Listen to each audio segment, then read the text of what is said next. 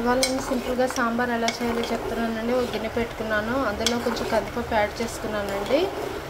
కొంచెం కందిపప్పు, కొంచెం పెసరపప్పు కూడా యాడ్ చేసుకున్నాను. అంటే ఒక హాఫ్ గ్లాస్ కందిపప్పు, ఒక పావు గ్లాసు పెసరపప్పు అండి. ఆ రెండు ఉడకనిచ్చాను. ఉడకనిచ్చి యాక్చువల్గా అది ఉడుకుతూ ఉంటుంది కదండి, లోపల నేను ముక్కలన్నీ కట్ చేసుకున్నాను. దోసకాయ, ఆనపకాయ, ఉల్లిపాయ, బెండకాయ అండి. సో ఇంట్లో ఏముంటాయి అవి వేసుకోవచ్చు మనము. అవన్నీ వేసి ఏం చేశానంటే పప్పు సగానికి పైగా ఉడికిపోయాక ఈ ముక్కలు కూడా అందులో వేసానండి.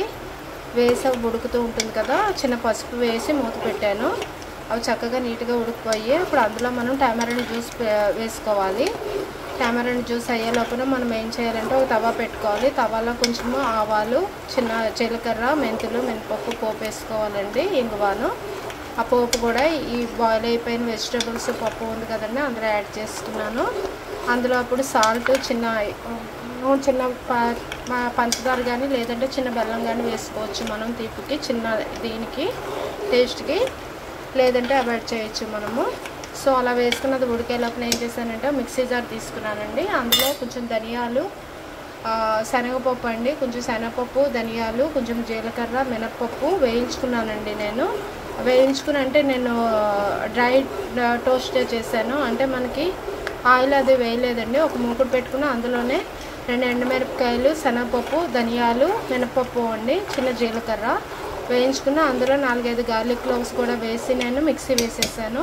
ఎండు కొబ్బరి కూడా వేసుకున్నానండి నేను. ఆ ఎండు కొబ్బరి కూడా వేసి మిక్సీ వేసాను. ఆ పేస్ట్ వస్తుంది కదండి, కొంచెం వాటర్ యాడ్ చేసుకుంటే అది పేస్ట్గా వస్తుంది కదా, అది తీసుకొచ్చి ఇందులో సాంబార్లో యాడ్ చేసానండి. చూసారు కదా, అమ్మీగా సాంబార్ రెడీ అయిపోయింది. హోటల్ స్టైల్ సాంబార్లో ఉంటుంది ఇది. తప్పకుండా ట్రై చేయండి, తొందరగా అయిపోతుంది, చాలా టేస్టీగా ఉంటుంది. చూసారు కదా, అమ్మీగా హోటల్ స్టైల్ సాంబార్ రెడీ అయిపోయింది. ఇడ్లీకి బాగుంటుందండి, రైస్లోకి బాగుంటుంది, దేనికైనా బాగుంటుంది. తప్పకుండా ట్రై చేయండి. ఉడికాక ఇంకా తినేయడమేనండి. చూసారు కదా, మనం పప్పు ఉడకడం ఒకటి మనం జాగ్రత్తగా చూసుకుంటే సరిపోతుంది. యాక్చువల్గా కుక్కర్ కూడా పెట్టేసుకోవచ్చు పప్పు. నేను యాక్చువల్గా అయితే మళ్ళీ కుక్కర్ పెట్టి మళ్ళీ గిన్నె పెట్టి ఇవన్నీ ఎందుకని చెప్పి నేను పప్పు అందులో ఉడకనిచ్చి ఈ లోపల వెజిటేబుల్స్ కట్ చేసుకున్నాను. అందులోనే వెజిటేబుల్స్ వేసుకున్నాను. అన్నీ ఉడికిపోయాక అప్పుడు చింతపండు పులుపు, కొంచెం ఉప్పు వేసుకున్నానండి, చిన్న తీపి వేసుకున్నాను, పసుపు వేసుకున్నాను.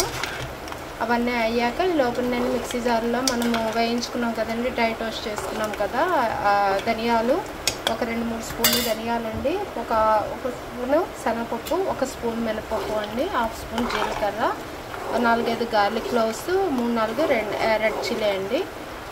అవన్నీ వేసుకుని డ్రై టోస్ట్ చేసి అవన్నీ ఎండు కొబ్బరి అండి, ఒక 1/2 కప్పు, 1/2 చిప్ప ఎండు కొబ్బరి ఉంటుంది కదా అది, అన్నీ కలిపి మిక్సీ వేసేసుకుని ఆ పేస్ట్ తీసుకొచ్చి ఇందులో యాడ్ చేస్తానండి. ఆ పొడైనా యాడ్ చేసుకోవచ్చు, లేదంటే మనము కొంచెం వాటర్ యాడ్ చేసుకుని మిక్సీ జార్లో పేస్ట్లా చేసుకుని అదైనా యాడ్ చేసుకోవచ్చు అండి. Thank you for watching. Like చేయడం మాత్రం మర్చిపోవద్దు, షేర్ చేయడం మాత్రం మర్చిపోవద్దండి. ట్రై చేసి అప్పుడు చెప్పండి. Thank you.